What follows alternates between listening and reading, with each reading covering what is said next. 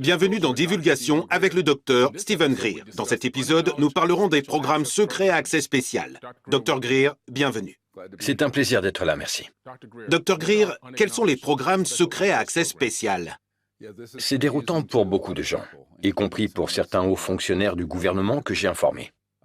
Les projets à accès spécial sont simplement ceux pour lesquels l'accès doit être autorisé.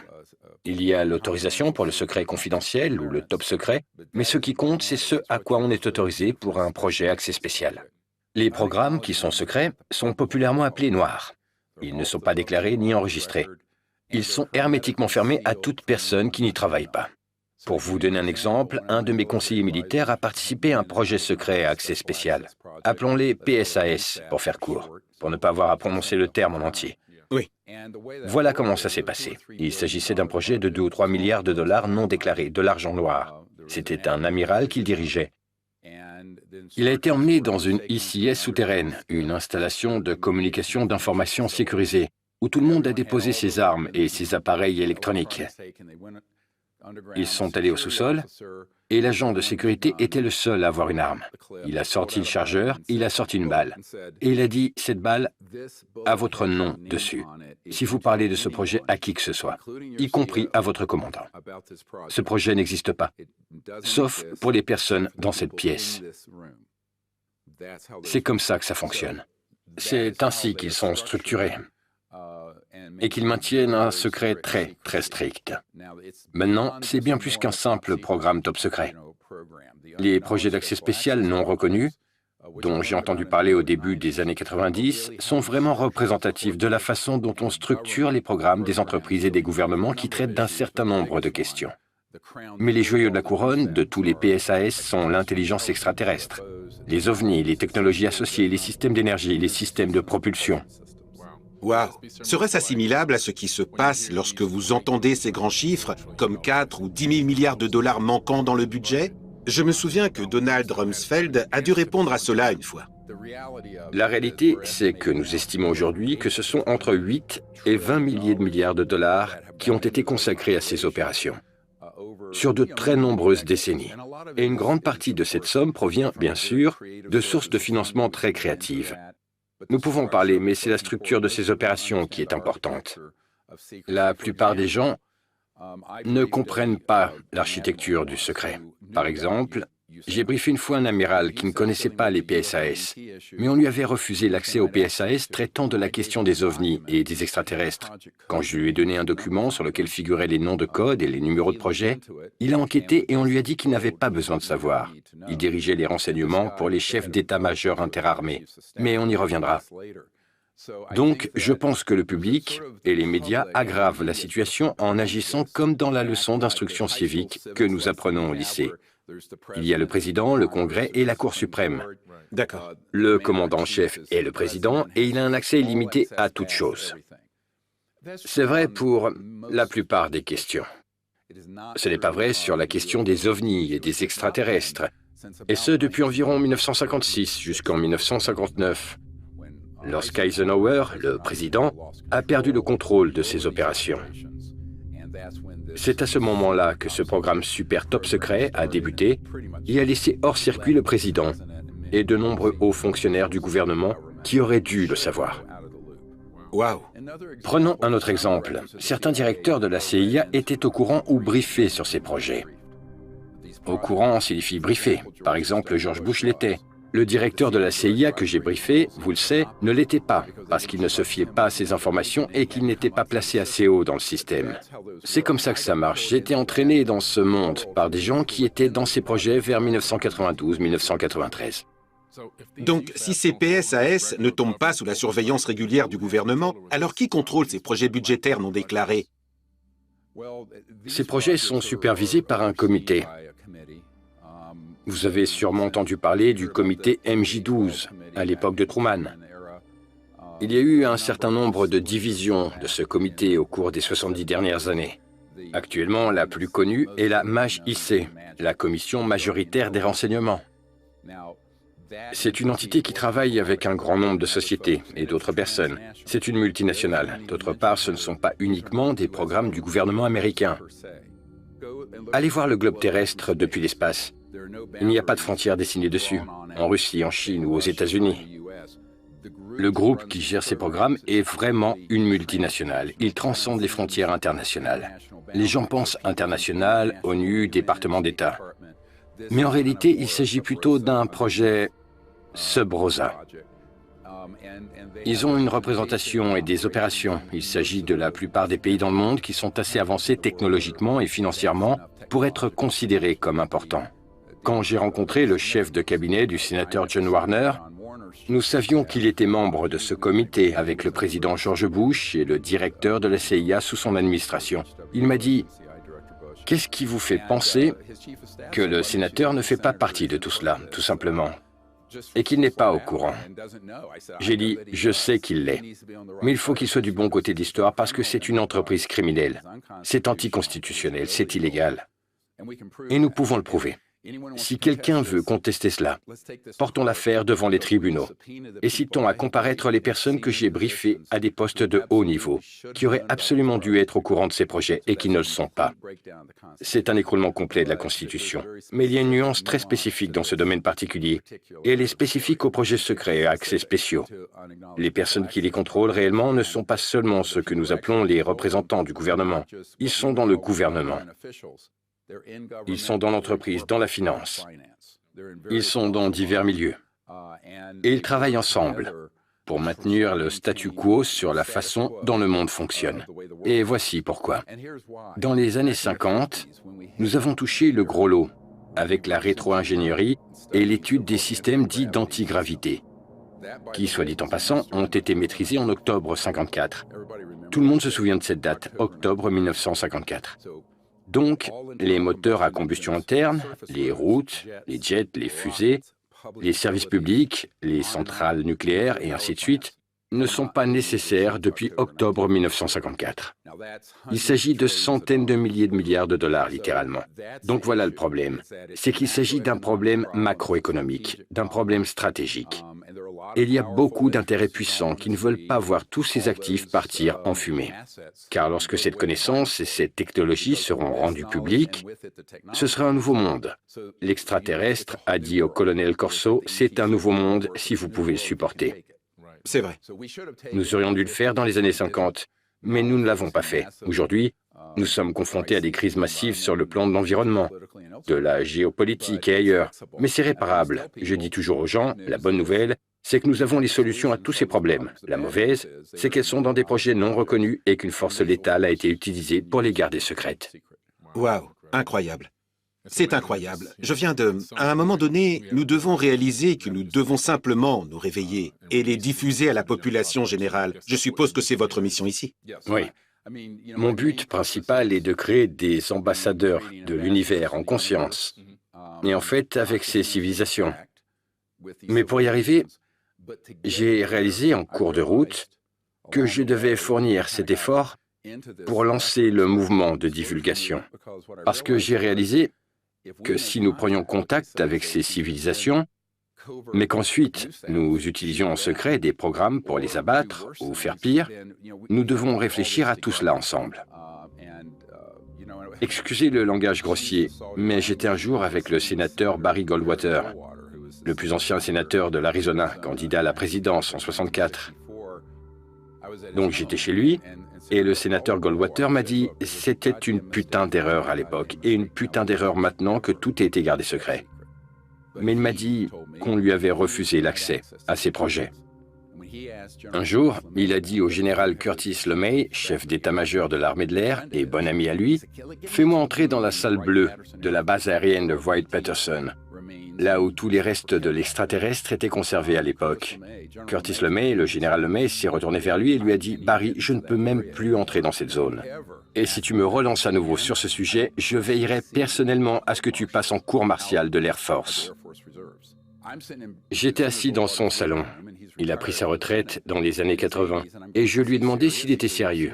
Il m'a dit aussi sérieux qu'une crise cardiaque. Donc, au cours de mes rencontres avec tout ce genre de personnes dans le monde entier, ce que j'ai découvert, c'est que les théories de conspiration à propos de qui est à l'intérieur, qui est à l'extérieur et comment ça fonctionne sont toujours inexactes. Ce que j'ai essayé de faire, c'est d'apporter un peu de clarté, parce qu'il n'est pas utile de mettre tout le gouvernement, toute la CIA ou tout le Pentagone dans le même sac. Il faut que ce soit un peu plus détaillé.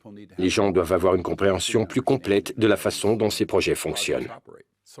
Donc, Dr. Greer, est-ce que d'autres pays fonctionnent sur le même principe, comme ce que vous décrivez? Oui, le système des PSAS est reproduit, comme je l'ai dit, de manière multinationale. Il ne s'applique pas qu'aux États-Unis. Le centre de gravité, ce sont les États-Unis, en raison de notre puissance militaire, économique et technologique. Mais il y a des corollaires et des associés de ces opérations dans tous les autres pays, y compris la Chine, la Russie, la Grande-Bretagne, l'Australie, partout. Dans d'autres pays, vous verrez parfois un effort, comme en France. Le gouvernement français, le ministère de la Défense, voulait apprendre à établir un contact pacifique avec les extraterrestres. Ils ont initié cela. Il y avait l'amiral Morand, ainsi qu'un docteur en médecine et aussi un docteur en physique. Ils ont organisé ça sous le président Sarkozy. Donc on y est allé, on a fait un événement CE5. C'était incroyable ce qui s'est passé. Mais pendant que tout cela se passait, l'ambassadeur de France aux États-Unis a été approché par un agent des services secrets qui l'a menacé et qui lui a dit de but en blanc « Ne faites pas ça ». Il a répondu « Nous allons le faire en France. Cela ne vous regarde pas ». Il a dit « Oui, mais ne vous approchez pas d'une source américaine ou vous allez le regretter ». Et les allers-retours ont continué.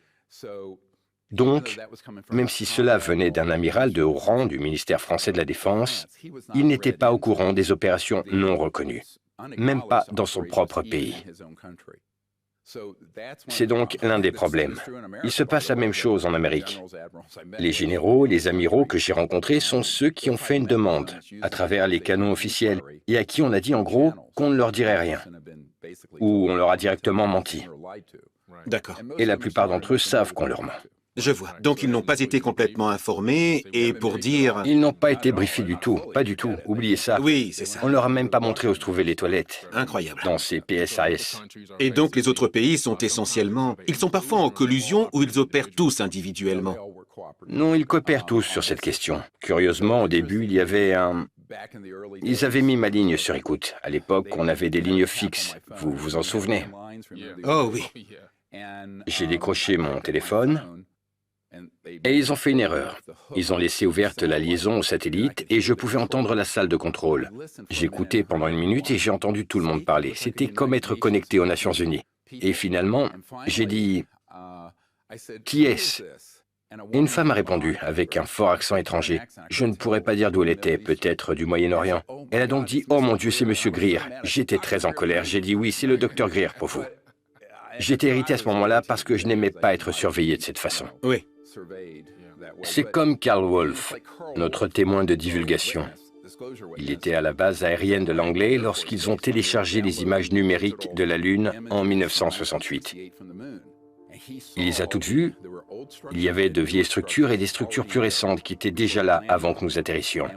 Quand il a vu ça, il savait qu'il n'était pas censé le voir, c'était top secret. Mais il a dit que l'installation américaine était littéralement comme l'ONU. Il y avait des gens de Chine, c'était dans les années 60, de Russie et d'autres pays. Ils travaillaient tous dans cette ISIS hautement classifiée, cette installation de communication d'informations sécurisée, où ils téléchargeaient les premières images numériques lorsque l'orbiteur lunaire prenait des photos autour de la Lune. Et ces images ont été filtrées avant d'être envoyées aux responsables de la NASA. Le problème est de savoir comment cela s'est développé. Ça s'est développé dans les années 50 et 60. Incroyable. Oui. Absolument incroyable. Pouvez-vous nous développer un peu plus ce sujet? Car je pense que beaucoup de gens veulent mieux comprendre comment tout cela fonctionne.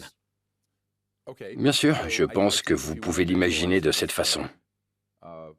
C'est une opération très secrète, non reconnue, qui a des cellules et des associés dans divers pays, dans d'autres pays, dans des sociétés, des services de renseignement et des gouvernements.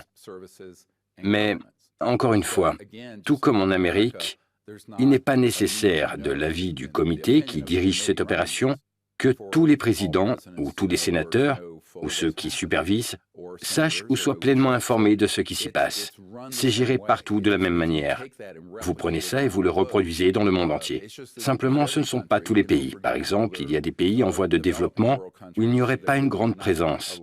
Mais il y en a d'autres, comme le Brésil par exemple, où il existe une très grande installation attachée à cela.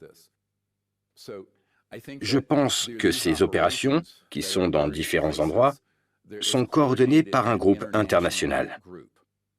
Et ce groupe est mondial. Mais encore une fois, le centre de gravité se trouve aux États-Unis. Donc, il y aurait des éléments de ce fonctionnement même en Chine ou en Russie. Mais ce n'est pas là que se trouve le centre de contrôle. Ils y sont représentés, mais là où se trouve la grande puissance de la technologie, la rétro-ingénierie qui s'est révélée vraiment cruciale, c'est aux États-Unis.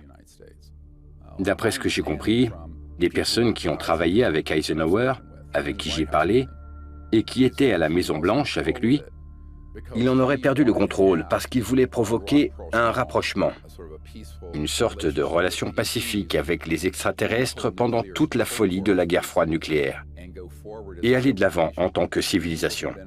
Les personnes qui profitent largement de la conjoncture du système du pétrodollar, du système pétrolier et des armes, le complexe militaro-industriel comme l'appelait Eisenhower, ne voulaient pas que cela arrive. Donc tout cela a évolué. Et maintenant, 70 ans après, ou plus de 60 ans après, tout cela est devenu totalement hors contrôle. Et c'est pourquoi Eisenhower a fait ce fameux discours lorsqu'il a quitté son poste en 1961. Dans les officines du gouvernement, nous devons nous prémunir contre l'acquisition d'une influence injustifiée, qu'elle soit recherchée ou non, par le complexe militaro-industriel. Ce genre de secret extrême dont on parlait pourrait être une menace pour la démocratie et notre mode de vie. Rappelez-vous que c'est un républicain, un général 5 étoiles, un héros de la Seconde Guerre mondiale. Et je me souviens aussi du sénateur Inouye, qui a dit qu'il existe un gouvernement secret avec sa propre armée de l'air, sa propre marine, son propre mécanisme de financement, qui est hors la loi et au-dessus de la loi elle-même. Je paraphrase, mais vous verrez, c'est presque exactement ça, et il avait raison. Ça ressemble beaucoup au discours de JFK sur les sociétés secrètes. Oui. Oui. Oui, il y a donc beaucoup d'intérêt pour ces programmes et la représentation d'autres programmes, disons secrets, non gouvernementaux, y compris d'entreprises. Il y a une très grande représentation dans ce domaine de certains éléments de la finance et de la banque, ainsi que de la technologie. Prenez l'industrie aérospatiale. Vous savez, Boeing a des jets avec lesquels vous voyagez, mais ils ont aussi une division de recherche en ingénierie cachée, Lockheed Skunk Works, même chose. Il y a les choses que vous connaissez, comme le vieil avion espion U-2 et les jets, et puis les technologies secrètes. Ce sont des hybrides. À vrai dire, ce sont des genres d'hybrides entre les intérêts gouvernementaux, corporatifs et privés. Et curieusement, si vous vous en approchez, comme un enquêteur, disons, vous l'abordez d'un point de vue gouvernemental, et une entreprise vous dira « ceci est une propriété privée ». Oui, exactement. Si vous l'abordez d'un point de vue privé, sous cet angle, c'est un projet top secret, un projet auquel vous n'avez pas accès. Il est donc en quelque sorte hermétiquement isolé, comme un silo, des autres opérations. De temps en temps, je vois quelqu'un. C'est récent. C'est un homme qui était dans le bureau de gestion de la technologie du sous-sol du Pentagone, de 2002 à 2012, et qui avait une autorisation de base pour 16 de ses projets secrets à accès spécial. Cet homme m'a donc fourni une énorme quantité de renseignements et d'informations sur des opérations plus actuelles que j'ai maintenant. Dr Greer, de nombreux témoins se sont présentés pour vous parler, et il y a un témoin particulier que vous appelez GA. Pouvez-vous nous en parler? Oui, cet homme m'a approché, j'y ai fait référence il y a un instant. Il était au bureau de gestion de la technologie, en possession de certaines des informations les plus étonnantes que nous ayons reçues. Je l'ai rencontré personnellement et il m'a écrit et envoyé ses badges, preuve de qui il était et de où il travaillait. Curieusement, c'était un homme à la retraite, qui avait fait carrière dans l'armée. Il n'avait jamais entendu parler d'un projet secret à accès spécial. Puis, il a été recruté dans le civil, et lorsqu'il a été recruté, il a été informé de ces projets parce qu'il faisait partie de la division des enquêtes criminelles. et qu'il devait enquêter sur une violation de la sécurité. C'était à propos d'un général 3 étoiles qui avait emmené une petite amie non autorisée dans une ICIS près de Fort Steele, à Lawton, Oklahoma. Il y avait une base souterraine là-bas, ce qu'on appelle une installation DUMB, une base militaire souterraine profonde, où ils étudiaient les mécanismes de camouflage d'un engin extraterrestre. La petite amie en question était cadre chez Booz Allen Hamilton et voulait obtenir le contrat pour faire avancer cette recherche, mais n'était pas autorisée à ce niveau. Le général a donc fait entrer sa petite amie et c'est devenu un énorme problème, parce que, profitant de son ascendant, elle l'a en quelque sorte convaincu de l'emmener avec elle pour que sa société puisse avoir un avantage sur le contrat et faire une offre. Ce qui s'est passé au cours de son enquête, c'est qu'il a dû faire des recherches dans un tas d'endroits différents. Et il a fini par obtenir une autorisation de base, comme il l'appelle, avec accès à 16 de ses projets d'action spéciaux non reconnus. Cela l'a conduit à d'autres installations. Par exemple, un vaisseau a été abattu par nos systèmes d'alarme électronique à l'extérieur de Séoul, dans les montagnes de Corée. Ce vaisseau était si énorme qu'ils ont dû creuser un énorme trou dans une montagne pour créer sa propre ICIS. Et elle est toujours là, avec ce vaisseau à l'intérieur. Ensuite, probablement la chose la plus troublante qu'il m'ait racontée, et c'est quelque chose que je savais déjà, mais il m'en a donné plus de détails, il m'a donc raconté que lorsqu'il était sur le théâtre des opérations pendant la guerre d'Irak, il y avait un système satellitaire qu'il pouvait activer et qui ciblait essentiellement un volume d'espace aérien juste au-dessus de l'Irak. Il faisait sortir tous les hélicoptères et tous les avions alliés de la zone et il mettait le système en marche. Et là, tous les avions et les hélicoptères de Saddam Hussein s'écrasaient au sol, complètement neutralisés. C'était lorsque nous sommes entrés en guerre avec l'Irak au début des années 2000. Plus récemment, avant de quitter ce commandement, il était au Marshall Space Flight Center, à Huntsville, en Alabama, où se trouvait une autre génération importante de ces appareils. C'est donc dangereux parce que vous avez des projets à accès spéciaux non reconnus qui, en appuyant sur un bouton, pourraient causer toutes sortes de ravages et d'événements qui seraient imputés aux extraterrestres. C'est donc la chose essentielle qu'il me disait. Maintenant, j'ai des douzaines de personnes qui font partie de ces comités interagences ou de ces PSAS et qui m'ont parlé de ce que c'est. C'est opérationnel depuis les années 60. Dr Greer, en parlant de secret maintenant, vous avez mentionné un groupe de voyous au Pentagone. Pouvez-vous nous en dire un peu plus à ce sujet? Oui, bien sûr. Les projets à accès spécial non reconnus sont tous frauduleux. Et ils sont tous illégaux. Maintenant, les gens disent « Qu'est-ce qui vous permet de dire ça ?» J'ai participé à de nombreuses réunions avec de hauts responsables militaires. L'un d'entre eux était l'amiral Tom Wilson. J'ai fait un briefing au Pentagone. C'était un briefing formel, dans le bureau et la salle de conférence de l'amiral. Il était chef des renseignements, des chefs d'état-major. Donc ce n'était pas n'importe quel vieil amiral. C'était quelqu'un qui aurait été le chef des renseignements et qui aurait organisé des briefings sur les renseignements pour les chefs d'état-major du Pentagone.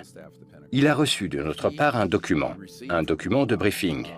L'un des documents, le premier de la pile, était un document du Bureau national de reconnaissance qui n'était pas déclassifié.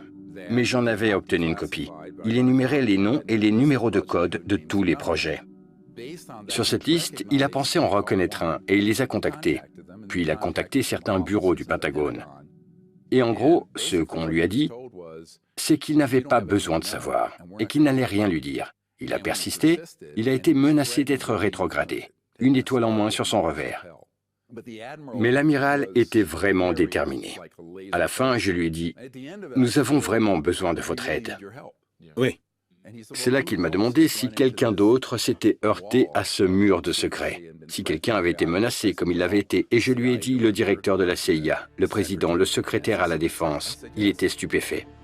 Gordon Cooper était un astronaute célèbre qui avait fait atterrir l'un de ses engins à Edwards en 1956.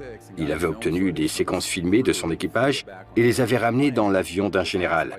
Il a été interrogé par le secrétaire à la Défense, Cohen. Comment je sais ça? Parce que Gordon Cooper et moi avons assisté ensemble à un groupe de réflexion.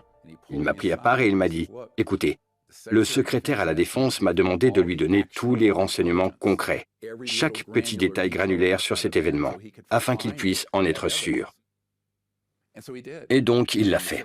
Et le secrétaire à la Défense, Cohen, lui a répondu « La vidéo a disparu. Je n'y ai pas accès, c'est dans un projet auquel je n'ai pas accès. » Il était secrétaire à la Défense. Donc j'ai dit ça à l'amiral Wilson. Et là, il me dit « Oh mon Dieu, qu'est-ce que je peux faire ?» Je lui ai même demandé de nous aider. Et il a dit « Je ne peux pas. » Puis il a ajouté « Ce que j'ai appris depuis que j'ai reçu ces premières informations de votre part, c'est que la meilleure chose que je connaisse est le bombardier B-2. Ces projets à accès spéciaux non reconnus ont des caractéristiques qui nous dépassent. » Il a fait comme ça. Il a dit « Je suis neutralisé, je sais tes matchs. » Et c'est ce qui s'est passé. Vous multipliez cela par des douzaines et des douzaines de fois où j'ai participé à ce genre de réunion. J'ai rencontré il y a des années le général Odom, le directeur de l'Agence de sécurité nationale. Son bras droit m'a décrit quelque chose d'appelé DDT. Tout le monde pense aux pesticides, bien sûr. Non, un DDT est une manœuvre où on met en place un leurre, puis on distrait le public, puis on détruit les preuves. Il m'a dit, on exécute des DDT tout le temps à ce sujet. Waouh! Donc presque tout ce qui existe dans l'espace public au sujet des ovnis est un DDT. Donc, avec tout ce qui se passe, que pouvons-nous en tirer? Comment cette négativité qu'ils diffusent, ou ces DDT, ou cette désinformation nous affecte-t-il? Et comment cela peut-il nous rendre meilleurs? Que pouvons-nous apprendre de tout cela? Eh bien, ces opérations ont deux objectifs. C'est en quelque sorte la clé du contre-espionnage et de la désinformation. Autrement dit, ils veulent faire deux choses, et c'est ce qu'ils font d'ailleurs. Ils veulent diffuser suffisamment d'informations qu'elles semblent plausibles d'un côté, puis de l'autre, les entourer d'une quantité incroyable de fausses informations ou de faux récits. Mais bien sûr, quand ils ont commencé à divulguer des informations, comme par exemple le Tic-Tac, il s'est avéré que c'était l'un des objets de Lockheed Skunk Works, pas un extraterrestre. Nous savons comment ils sont conçus, basés sur des objets extraterrestres. Mais ça a été publié. Et bien sûr, parce qu'ils font partie de la communauté des renseignements, les médias l'ont couvert. Le projet de divulgation a des preuves décisives, bien plus extraordinaires que ça. Mais ils ne couvriront pas ce que nous faisons, parce que nous allons dire « Oui, celui-là est extraterrestre. Oui, celui-là vient de Lockheed Skunk Works. » Et si ça se révèle, c'est la fin du pétrole. C'est la fin du pétrodollar. C'est énorme. Donc, ils éliminent toute personne qui pourrait... Franchement, s'ils disent la vérité, ils ne seront pas dans les médias grand public. Ce qui se passe réellement, c'est que la communauté des renseignements ouvrira les portes pour laisser sortir certaines informations, mais y attachera ensuite le discours. Et le discours, ce sera « c'est une menace pour la sécurité nationale » ou « ils envahissent nos destroyers » ou que sais-je encore.